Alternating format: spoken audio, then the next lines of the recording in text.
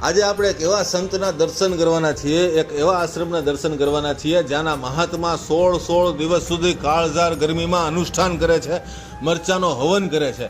આ આશ્રમ છે ઝડકલા ગામમાં, જે જેસરથી માત્ર 5 થી 7 કિલોમીટરના અંતરે આવેલું છે. આ આશ્રમનું નામ છે રામધામ આશ્રમ. આ જગ્યામાં હનુમાનજી મહારાજનું ખૂબ જ પ્રાચીન મંદિર આવેલું છે, શ્રી કષ્ટભંજન હનુમાનજી મહારાજ.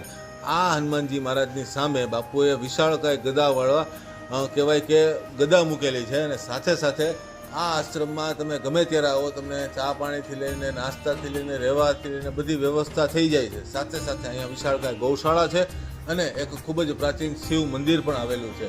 હવે આપણે વાત કરીએ બાપુની, તો બાપુ છેલ્લા ઘણા બધા વર્ષોથી આવી રીતે કાળઝાળ ગરમીમાં અનુષ્ઠાન કરે છે. 16 કિલોની બાપુએ સાંકળ ધારણ કરી છે, એટલે જગદીશદાસ બાપુ સાંકળવાળા બાપુ તરીકે ઓળખાય છે. અને સાથે સાથે બાપુની પાછળ જે તમે રૂમ જોઈ રહ્યા છો તે ધૂણાની ગુફા તરીકે ઓળખાય છે, જ્યાં બાપુનો ધૂણો છે.